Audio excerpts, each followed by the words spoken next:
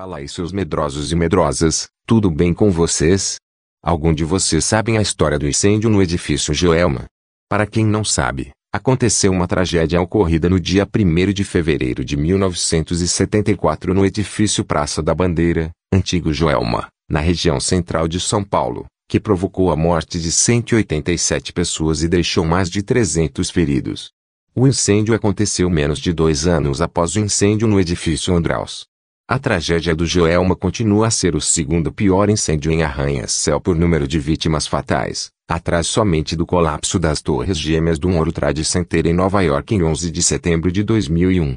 Concluída sua construção, em 1972, o edifício Joelma foi imediatamente alugado ao Banco Crefisa de Investimentos. No começo de 1974 a empresa ainda terminava a transferência de seus departamentos, quando no dia 1º de fevereiro, às 8h45 de uma chuvosa sexta-feira, um curto-circuito em um aparelho de ar-condicionado no 12º andar deu início a um incêndio, que rapidamente se espalhou pelos demais pavimentos.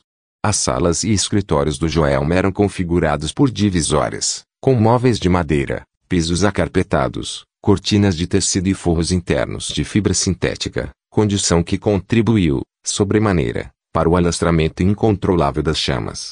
15 minutos após o curto-circuito era impossível descer as íngremes escadas, localizadas no centro dos pavimentos, que foram bloqueadas pelo fogo e a fumaça. Os corredores, por sua vez, eram estreitos. Na ausência de uma escada de incêndio, muitas pessoas ainda conseguiram se salvar ao contrariar as normas básicas e descer pelos elevadores, mas estes também logo deixaram de funcionar, quando as chamas provocaram a pane no sistema elétrico dos aparelhos e a morte de uma ascensorista no 20º andar. Nos braços da mãe, que saltou para a morte no 15º andar, uma criança de 1 ano e meio foi salva em um dos episódios mais dramáticos do incidente. A multidão acompanhou o salto bem em frente ao prédio. O choro da criança, levada imediatamente ao Hospital das Clínicas, foi ouvido logo após o impacto da queda. No último andar, segundo o depoimento de Ivan Augusto Pires, coordenador do Serviço de Transportes da Câmara, um rapaz jogou-se ao chão e aproximou-se de gatinhas da borda do terraço. Mas uma labareda fez com que ele escorregasse e ficasse suspenso no ar, segurando no parapeito até não mais aguentar e despencar na rua. Sem ter como deixar o prédio, muitos tentaram abrigar-se nos banheiros e parapeitos das janelas. Outros sobreviventes concentraram-se no 25º andar que tinha saída para 2 terraços. Lembrando-se de um incidente similar ocorrido no edifício Andraus, 2 anos antes, em que as vítimas foram salvas por um helicóptero que pousou em um heliporto no topo do prédio, elas esperavam ser resgatadas da mesma forma. Na rua os bombeiros tentavam agir em meio à confusão estabelecida pela Polícia Civil, curiosos, PMs, médicos, enfermeiros, soldados do exército e até escoteiros. Homens e mulheres, alguns em trajes menores, os rostos escurecidos pela fuligem, agitavam-se freneticamente nas janelas tentando chamar a atenção.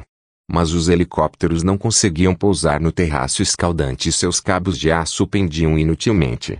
As escadas Magirus, de 40 metros, não chegavam aos andares mais altos. No 20º andar, 6 pessoas se equilibravam-se em um pequeno patamar. Quase não havia lugar para todas. Um rapaz de terno azul agarrava-se muito precariamente a uma parte saliente, uma das pernas já do lado de fora do edifício, como se fosse saltar. Embaixo, os bombeiros acenavam e pediam calma. O fogo acabou, só um pouco mais de paciência, gritava um policial por um megafone. Outros pintaram num amarelo muito vivo, sob grandes faixas de pano: o fogo já apagou. E coragem, vamos salvá-los. O som do megafone aparentemente não chegou a eles, mas ao ver as faixas um dos rapazes fez um sinal positivo com o polegar, puxou um lenço verde e acenou. O corpo de bombeiros recebeu a primeira chamada às 9h03 da manhã. 2 minutos depois, viaturas partiram de quartéis próximos, mas devido a condições adversas no trânsito só chegaram no local às 9h10, quando as chamas já atingiam o 20º andar e várias pessoas começaram a se atirar do prédio. O socorro mobilizou 1.500 homens, entre bombeiros e tropas de segurança, as equipes de 5 hospitais estaduais e outros particulares, 14 helicópteros, 39 viaturas e todas as ambulâncias da rede hospitalar. Todos os carros-pipa da prefeitura e vários particulares, além de um grande número de voluntários que antecederam os pedidos das autoridades para doação de sangue. A fim de garantir o livre acesso de ambulâncias e de veículos dos bombeiros ao prédio incendiado, convocaram-se tropas de choque do Regimento 9 de Julho, do Exército e da Polícia Militar, além da Companhia de Operações Especiais e do Departamento do Sistema Viário. Um esquema de emergência foi armado nas imediações do prédio, onde se concentraram milhares de curiosos. Aos 250 bombeiros da capital, juntou-se o reforço de um destacamento de Santo André. Policiais militares especializados, da Companhia de Operações Especiais, COI, também participaram do trabalho de socorro. Quando a primeira guarnição chegou, comandada pelo sargento Rufino Rodrigues de Oliveira, o fogo consumia só o centro do prédio, mas avançava rapidamente para tomar toda a estrutura. O sargento lamentou não ter podido vir de helicóptero para lançar cordas e escadas pelas laterais ainda intactas do edifício. Como estavam de carro-tanque e as escadas Magirus ainda não haviam chegado, começaram a tirar cordas para subir. O sargento conta que ao chegar ao 12º andar, sua primeira providência foi apagar 3 corpos em chamas. Logo que uma das 4 escadas Magirus foi instalada, organizou a descida. Ele carregava pela escada uma menina desmaiada quando uma pessoa se jogou do 19º andar e bateu no corpo de uma outra, que também se julgara do 16º. O peso dos dois arrancou a garota de suas costas e ele só não caiu porque seu pé se enganchou num dos ferros laterais da escada. Na queda morreram 2, mas o que pulou do 19º andar se salvou com ferimentos graves. Os bombeiros usaram 4 jatos de água combatendo o fogo, mas logo de início tiveram problemas, pois os hidrantes da região estavam com defeito. A solução chegou quando a prefeitura enviou ao local 30 caminhões-pipa. A exemplo do que ocorrera no incêndio do edifício Andraus, faltavam equipamentos, embora desta vez tenham podido usar 2 novas escadas de 45 metros que foram anexadas às menores para chegar ao 16º pavimento. Enquanto um grupo de bombeiros tentava penetrar no prédio, outros procuravam salvar pessoas que se encontravam nas janelas pela parte externa com as Magirus. Um helicóptero do SAR, da FAB, fazia o resgate dos sobreviventes que se encontravam no telhado e que eram auxiliados por homens do COI e pelos tripulantes. Outros 3 helicópteros do governo e de empresas particulares não puderam aproximar-se muito, mas atiraram cordas, sacos de leite, água e tubos de oxigênio aos que se achavam no teto. Depois participaram do transporte dos feridos para os hospitais. De acordo com o testemunho de um bombeiro, passava das 10 da manhã quando os corpos começaram a cair como moscas. Todos queriam sair do edifício de qualquer maneira.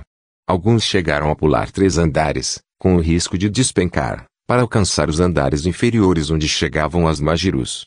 O primeiro a se atirar estava no 15º andar. Durante mais de 1 hora ele gritou por socorro, desesperado, às vezes encoberto pela fumaça. Pessoas apavoradas tentavam fazer cordas com tiras de pano, que acabavam arrebentando, não resistindo ao peso do corpo humano. Uma mulher, só de calcinha e sutiã, morreu assim, a cabeça esmigalhada na calçada. Os cadáveres se amontoavam na rua cobertos por cobertores, jornais e capas de chuva. Vários minutos depois, um caminhão da polícia e algumas ambulâncias recolheram os primeiros cadáveres e os levaram ao Instituto Médico Legal. No 8º andar os bombeiros encontraram pelo menos 11 cadáveres abraçados. O fogo tinha praticamente soldado os corpos. No 12º andar, 17 pessoas que o capitão Moseli, comandante do COI, pretendia salvar.